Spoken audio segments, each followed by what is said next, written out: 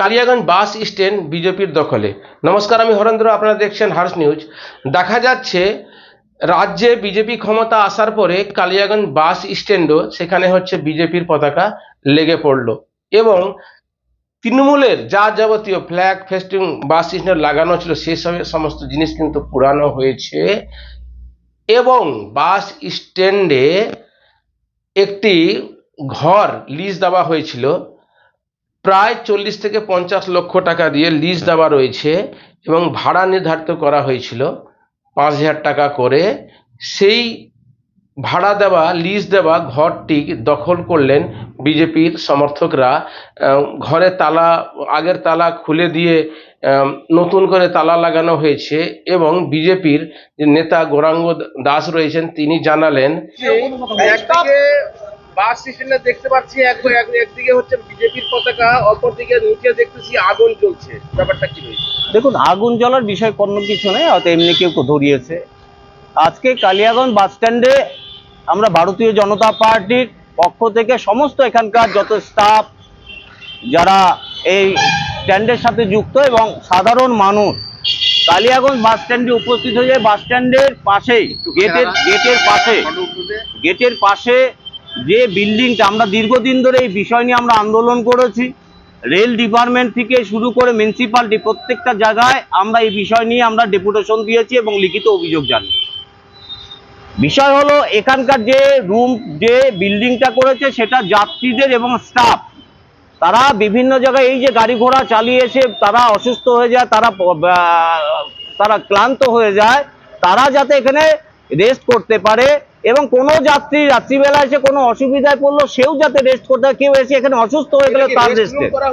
তো এই যে বিল্ডিংটা জনগণের স্বার্থে বানানো হয়েছিল, সেই বিল্ডিংটা বিগত দিনে কালিয়াগঞ্জ মিউনিসিপালিটির থেকে অবৈধভাবে, বৈধ বলছি না, অবৈধভাবে সেই বিল্ডিংটা পাবলিকের কাছে, ব্যবসায়ীদের কাছে সেটা লিজ দিয়ে দেওয়া হয়। কি কারণে পাবলিক প্রপার্টি লিজ দেওয়া হলো? জনগণের স্বার্থে মিউনিসিপালিটি, সেই মিউনিসিপালিটি মানুষের স্বার্থে কাজ করার জন্য এসেছে। সেই মিউনিসিপালিটি সরকারি এবং জনগণের ব্যবহারের জন্য যা বিল্ডিং রেডি হচ্ছে, সেই বিল্ডিং যে পাবলিক ব্যবসায়ীদের কাছে তুলে দেওয়া হচ্ছে, তীব্র বিরোধিতা বিগত দিনে করেছি। আজকে ভারতীয় জনতা পার্টি গভর্নমেন্ট সরকার ক্ষমতায় এসেছে, মানুষের সরকার এসেছে, জনগণের সরকার পশ্চিমবঙ্গে প্রতিষ্ঠিত হলো।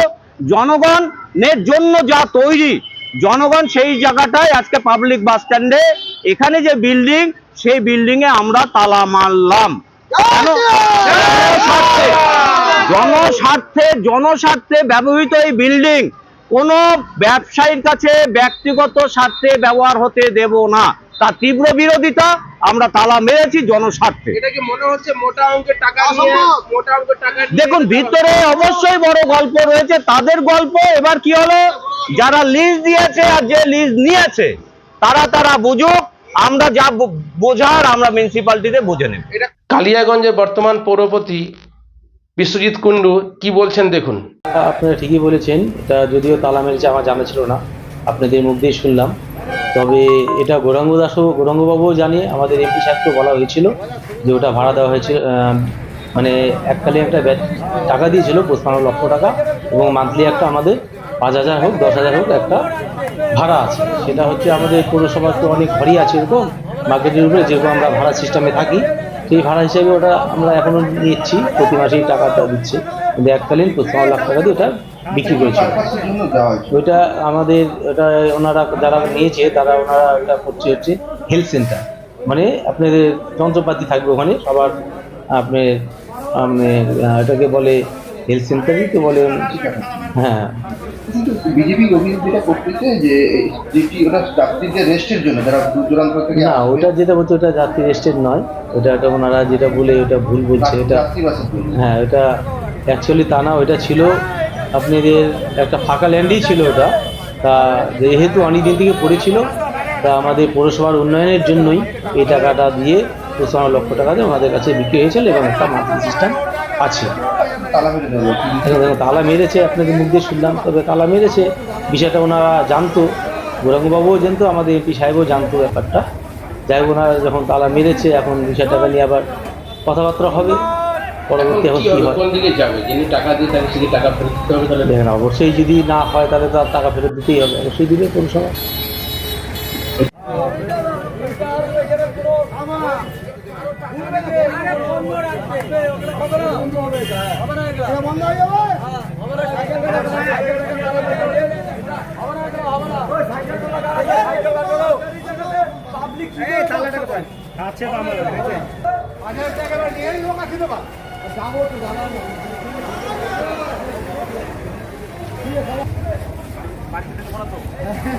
জয়